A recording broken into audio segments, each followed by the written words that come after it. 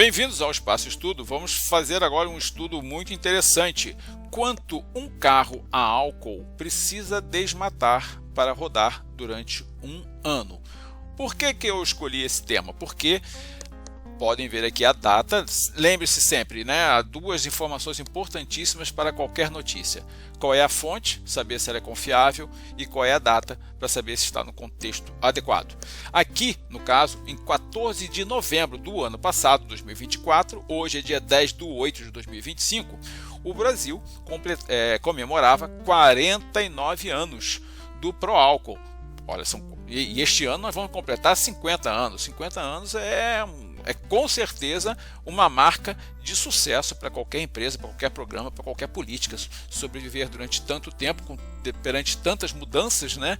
E ao longo desse tempo, gerou economia de 2,5 bilhões de barris e 205 bilhões de dólares em economia. Então é um assunto muito importante que precisamos olhar um pouquinho melhor agora, justamente porque nós estamos com um desconto de IOF, um programa do carro talvez popular, se bem que o valor desses carros não consigo ver isso como popular, mas entre aspas, novo programa do carro popular. Então vamos pensar sobre o carro popular a álcool, quanto ele leva de desmatamento. Por um lado, a gente sabe, olha, ele economiza o combustível fóssil que causa efeito estufa. Mas e o lado B? Quanto de impacto ambiental será causado pelo desmatamento? Vamos fazer algumas contas. Bom, aqui a fonte é este site chamado Nova Cana.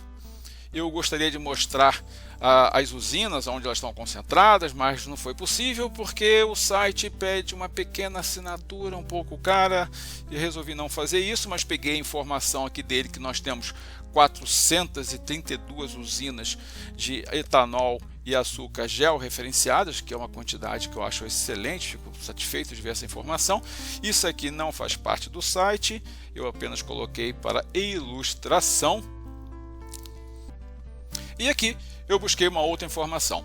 Esta informação é da Empresa de Pesquisa Energética. Pode ver aqui no GovBR, que é uma empresa pública, que aqui está colocando dados de 2019, 2014, sobre produção de plantas, não é sobre usinas. Nós temos aqui a cana, temos aqui o milho, né, e a distribuição no território nacional, como vocês podem dar uma olhadinha aqui. E ao lado, uma pesquisa por inteligência artificial do Google, né, eu fiz uma pesquisa sobre os blends, as misturas, diferentes misturas de álcool na gasolina, e encontrei uma coisa muito interessante. O que nós já sabemos, é óbvio que colocar álcool na gasolina é importante. Melhora a octanagem, aqui está, ó, melhora a octanagem, reduz as emissões de poluentes, no caso de poluentes fósseis. O álcool também produz CO2, só que é o CO2 da planta, não tem acumulação, não tem efeito estufa.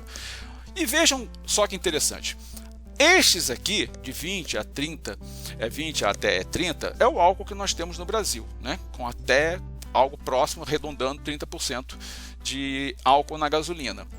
Mas ele não é utilizado apenas no Brasil. Nas gasolinas, aqui eu considero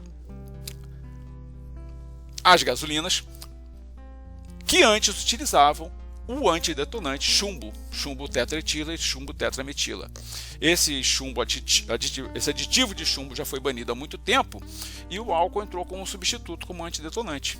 Então nós temos o álcool entrando na gasolina como não um aditivo, mas uma mistura para reduzir as emissões, neste caso aqui, ou em pequena quantidade como aditivo. Aqui é mistura, aqui é aditivo, antidetonante. Agora, o que eu não imaginava e eu encontraria seria a gasolina entrando como aditivo no álcool, que é o caso aqui. Aqui é o álcool sendo utilizado como combustível puro, porém, em alguns países, para o inverno, a gasolina é adicionada para facilitar a partida frio. E aqui há informações também que, de acordo com o país, né, mesmo sem aviso prévio, a proporção de etanol na gasolina pode variar.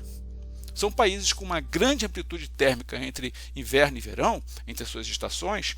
Então, para evitar dissabores, dificuldades para os motoristas, no inverno a quantidade de gasolina é aumentada na mistura para que facilite a partida a frio.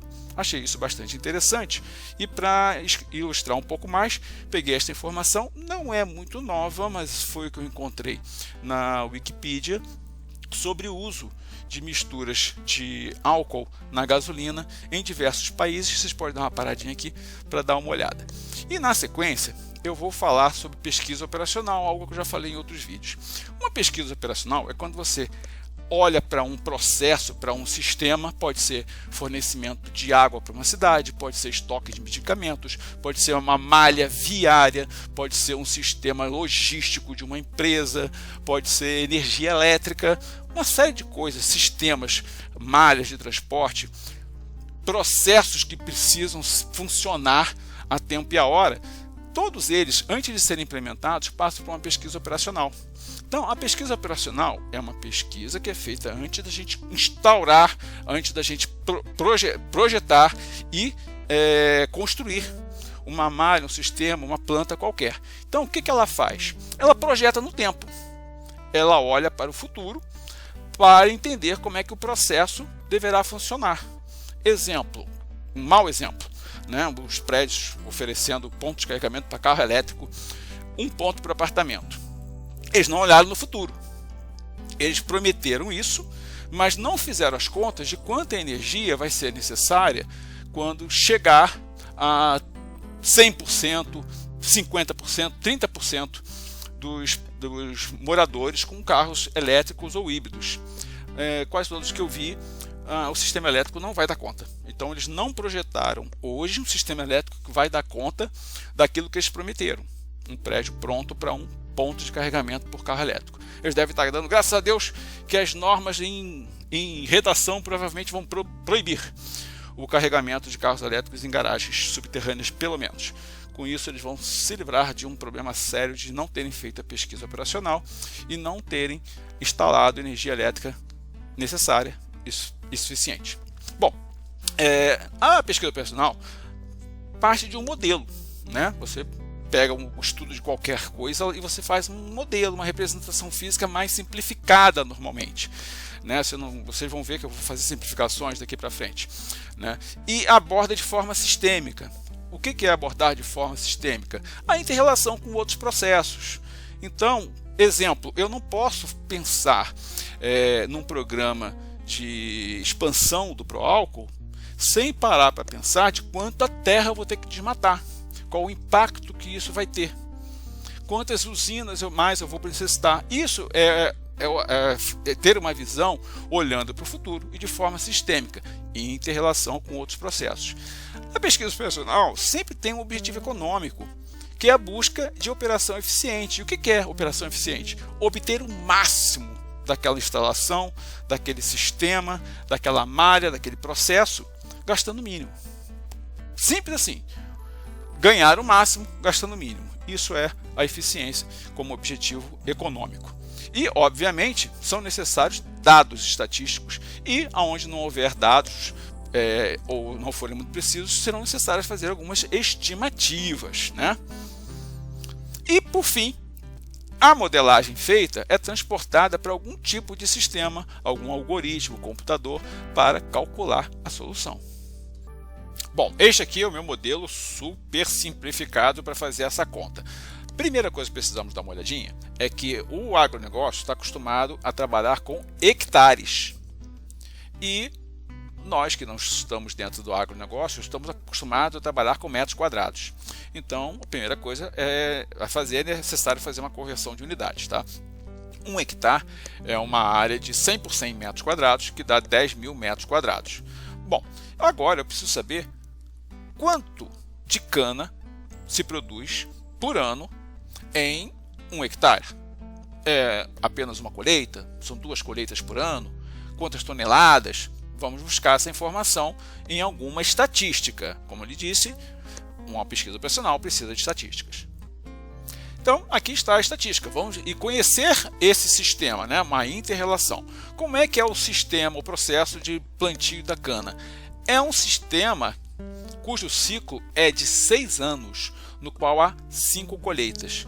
Por quê? No primeiro ano, a cana é plantada, ela não é colhida, e depois ela é colhida no segundo, terceiro, quarto e quinto ano. Então, e sexto ano, perdão, segundo, terceiro, quarto, quinto e sexto ano. E as produtividades, né, o quanto se retira de cada hectare, varia ao longo do ano, ao longo da safra, dos anos, melhor dizendo. Então, aqui nós temos um valor médio, tá? Então, por ano, são 82,4 toneladas por hectare. E isso variando de acordo com a região, com a variedade de cana, com a adubação, chuva, seca, etc. Então, vamos utilizar esse valor aqui como um valor ao ano aceitável. E por que eu vou optar por esse aqui e não esse? Porque eu encontrei outras pesquisas mostrando valores distintos mais altos. Então eu optei por utilizar esse aqui como se fosse o ao ano e não este aqui de baixo. Então esse valor foi colocado aqui. Como vocês já devem estar percebendo, as células que estão em branco, elas contêm dados. E as que estão em amarelo, vou mostrar daqui a pouco, elas contêm fórmulas. Tá? A fórmula que representa o algoritmo para resolver o meu problema de acordo com a forma como eu modelei. Ok? Então vamos lá. Já sabemos que são produzidas 82,4 toneladas de cana por ano, dentro de um ciclo de 6 anos, por cada hectare. Agora, eu não coloco tonelada, eu não coloco cana no tanque de combustível, eu coloco álcool. Então preciso saber como é a conversão. Cada tonelada de cana-de-açúcar, quanto ela gera de álcool. Mais uma vez, buscando uma estatística, a fonte é esta aqui, uma fonte confiável, a Embrapa Territorial. Aqui está a data, para nós colocarmos no contexto adequado. 2021 não houve nenhuma, acredito eu, nenhuma grande mudança tecnológica que aumentou a produtividade de repente, mas eu acho razoável isto aqui, tá? 1 tonelada de cana-de-açúcar produzir 85 litros de álcool. Agora, lendo isso aqui um pouquinho melhor, a gente tem mais um vislumbre da importância de ter uma visão sistêmica, com a inter-relação entre os processos. Se alguém simplesmente destacasse esse dado aqui, de que 1 tonelada de mandioca com 20% de amido pode produzir 104 litros de álcool, se você olhasse para isso aqui isoladamente, o que você diria? Nossa, então a mandioca produz 104, enquanto o álcool produz 85. Mandioca é melhor. Não, não é. Por causa do rendimento por hectare. A cana-de-açúcar produz quase 80 toneladas por hectare e a mandioca só 20. Então, multiplicando um pelo outro, né, o rendimento de tonelada por hectare vezes o rendimento de litro por tonelada, a cana ganha.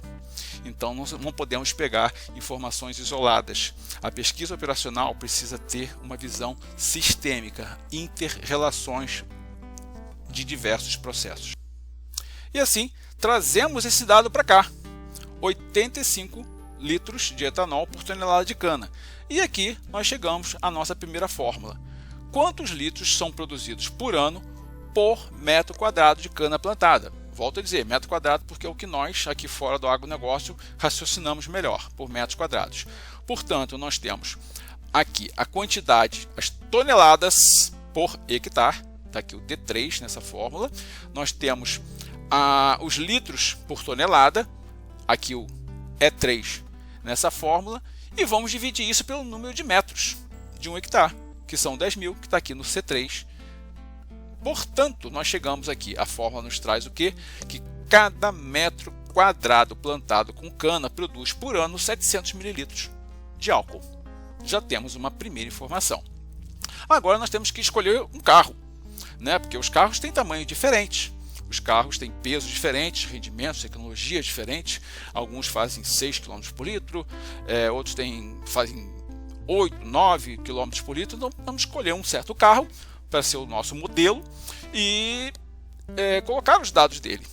Como nós estamos no âmbito dessa redução de OF e o carro supostamente popular, eu vou escolher um carro bem popular, barato e com um elevado rendimento. Detalhe, rendimento é aquilo que você ganha a partir do que você gasta. Eu não sei por que o mercado automotivo dá o nome errado a rendimento, chama de consumo. Consumo é o que você queima. O consumo de gasolina é quantos litros você queima para andar 1 quilômetro. O rendimento é quantos quilômetros você consegue queimando 1 litro. Então, mas por alguma razão, o rendimento passou a ser chamado de consumo, o inverso, mas tudo bem. O rendimento, eu escolhi o Renault Kwid e vou lhe mostrar de onde eu tirei a informação.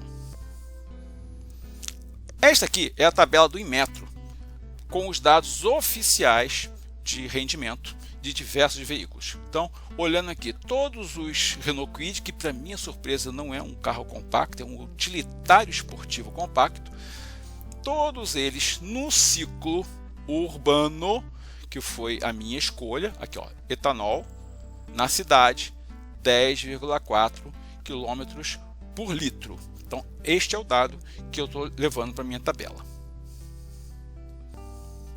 Então, escolhi um veículo. Aqui está o dado de rendimento do Renault Kwid com álcool no ciclo urbano, de acordo com o Programa Brasileiro de Etiquetagem Veicular de 2025, foi publicado em junho. E agora eu preciso saber, bom, eu estou querendo saber por um ano. Então, eu tenho que saber quanto um motorista, em média, roda por um ano. Novamente, vamos pegar uma estatística. E temos aqui uma estatística e mais um detalhe interessante. Foi aqui do site gazetadopovo.com.br que eu tirei esse dado. Foi daqui que eu tirei esse dado. 12,9 mil quilômetros por ano, segundo a pesquisa feita pela KBB Brasil. No caso, eu não vou ficar fazendo muitas pesquisas, porque como isso aqui é só um exemplo, né, vocês podem fazer suas próprias planilhas, suas próprias pesquisas, pegar outros dados estatísticos. Agora, esses 12.900 quilômetros por ano por motorista no Brasil refere-se apenas ao primeiro ano de uso do veículo. A cada ano que o veículo envelhece, a quilometragem que ele roda por ano, em média, baixa 400 km. Olha que coisa interessante. Por que isso? Porque a partir do primeiro ano, o veículo terá mais paradas. Paradas para manutenções corretivas, porque deu um defeito, houve algum problema, porque houve um acidente, bateu, ou até mesmo pelas suas manutenções programadas. Né? Chegou a 5 mil, chegou a 10 mil, 15 mil, 20 mil quilômetros, tem que parar para trocar isso, aquilo outro. Ou seja, quanto mais velho o veículo for, a estatística mostra que ele roda menos por ano. Como eu não vou aumentar a complexidade da minha planilha, não é esse o objetivo, aí vocês podem ver como fazer uma modelagem implica você fazer certas simplificações de acordo com o seu objetivo. E eu vou simplificar. Aqui eu vou fazer meus cálculos apenas para veículos 0 km, ok? Não vou fazer algo mais complexo com vários modelos, várias marcas, tamanhos, idades, fabricantes dos veículos. Não é o objetivo aqui. Pois bem, transferi para cá o dado estatístico, 12.900 km por ano para um carro 0 km. Agora, novamente, uma fórmula. Eu preciso saber qual é o consumo anual médio em litros para um Renault Kwid no primeiro ano de uso, supondo que todo mundo vai comprar um para rodar daqui para frente. Pois bem, como é que vai ser feito isso? Eu vou pegar a quilometragem que ele vai rodar por ano e vou dividir pelo rendimento. Dividindo a quilometragem pelo rendimento, que é que eu encontro, serão necessários 1.240 litros, 240,38 litros de álcool para esse carro rodar durante um ano. E qual é a área plantada que eu vou precisar? Olha, se eu preciso de 1.240 litros e o rendimento por metro quadrado são 700 mililitros de álcool, observe aqui, eu simplesmente vou pegar a quantidade de litros que eu preciso por ano e vou dividir pelo rendimento. Vou encontrar que serão necessários 1.771, arredondando, metros quadrados plantados com cana para garantir que o carro vai andar durante um ano. 1 hectare é o que o nosso empresário do agronegócio vai utilizar. Então nós vamos agora fazer uma conversão, vamos voltar para o assunto hectare. Tá? Então eu peguei essa área de 1.771 metros quadrados e vou dividir pela área de 1 hectare. Portanto, tenho aqui o dado. Para um Renault Kwid rodar durante o ano, são os resultados 0,18 hectares plantados com cana. Bom, e para o Brasil todo andar de carro? Vamos fazer esta viagem, né? Vamos fazer esse cálculo mental. Mental não, que a planilha vai fazer por nós. Mas vamos raciocinar. Como seria se nós fôssemos nos tornar totalmente independentes de Uber, de ônibus, de petróleo e vamos rodar exclusivamente com álcool o Brasil inteiro? Então vamos pegar a população brasileira. Olhando aqui esse site, o Trading Economics, que buscou dados do IBGE, que está aqui embaixo. Rabisquei um pouquinho, espera aí. Está aqui o IBGE. Qual é a estimativa? Aqui entraram agora as estimativas de que eu falei. Nós não temos um dado da população de 2025, porque o 2025 ainda está em curso. Então, a estimativa é de 218,56 milhões de habitantes no Brasil neste ano. Vamos dar uma olhadinha, vou voltar lá. Está aqui, lancei o dado, 218.560.000 habitantes. Vamos supor, independente da idade, recém-nascido, idoso, todo mundo vai andar de carro e todos vão andar com o Renault Kwid.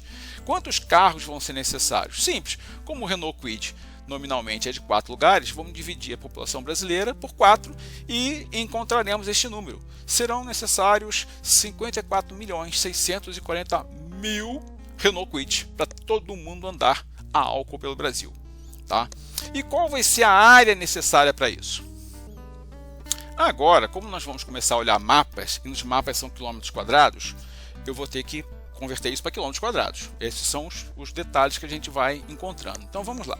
Nós temos aqui, vamos fazer esse cálculo aqui. Ó. Aqui tá vamos ver qual é a fórmula. Eu estou pegando o número de carros, 54.640.000, está aqui ó, o C9 que aparece aqui. Esse número de carros, cada um deles vai precisar de 0,18 hectares. Está aqui, ó, é a célula F6. Está aqui o F6. Só que 1 km quadrado são 1.000 metros por 1.000 metros e não 100. Ou seja, 1 km quadrado tem 100 hectares. Então eu vou ter que dividir o número de hectares por 100 para achar quilômetros quadrados. Por isso que tem 100 aqui. Chegamos então à área necessária. 96.766 km quadrados. Vamos ver uma área equivalente, só porque normalmente é didático a gente colocar a área em campos de futebol, em cidades, países. Vamos dar uma olhada como ficaria isso aí.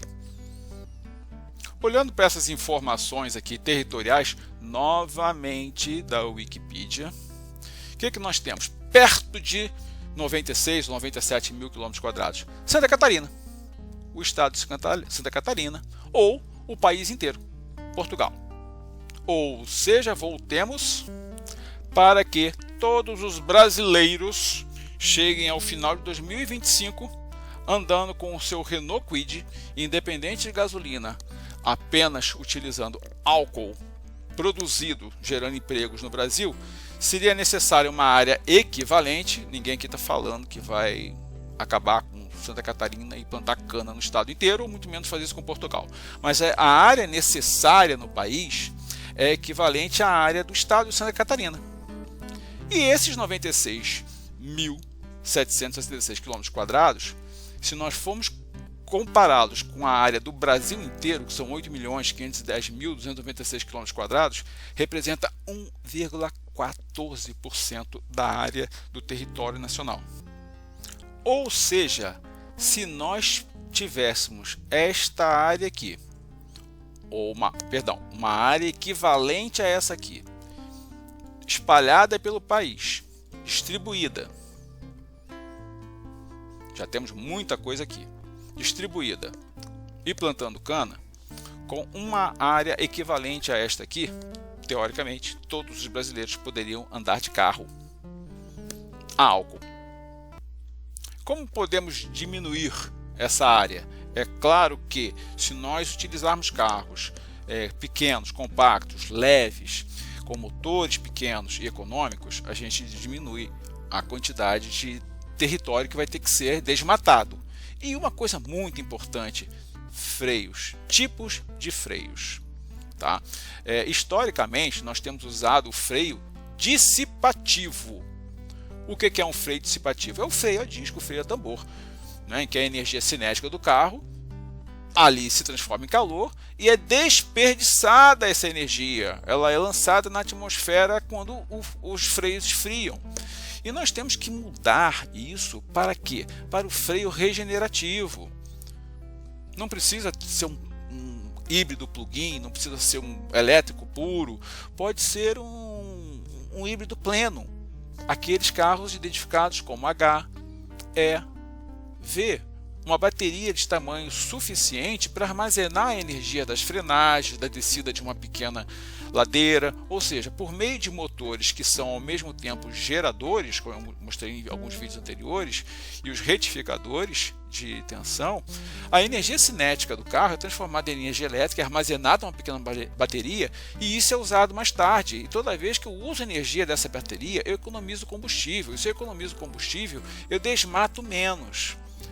Essa é uma visão sistêmica. Eu desmato menos, ok? E, portanto, daqui para frente, todos os freios dissipativos deveriam ser substituídos por regenerativos. Não é bem substituídos, que na verdade eles agem em conjunto, porque quando a velocidade está caindo, o regenerativo para de funcionar e o dissipativo tem que entrar mesmo, tá? Mas eles precisam ser associados. Todos os carros deveriam passar a ter freios regenerativos. Todos os projetos de carros novos deveriam ser assim. E chegamos agora ao final do vídeo. Muito obrigado pela atenção de todos vocês e não se esqueçam do Círculo Virtuoso do YouTube, curtir o vídeo, inscrever-se no canal, notificações ativadas, compartilhar para os seus amigos e lembrem-se, estamos chegando naquele período chatíssimo de campanha eleitoral. A nossa bandeira sem partido, ela é de todos desde 19 de novembro de 1889. Muito obrigado e até o próximo vídeo.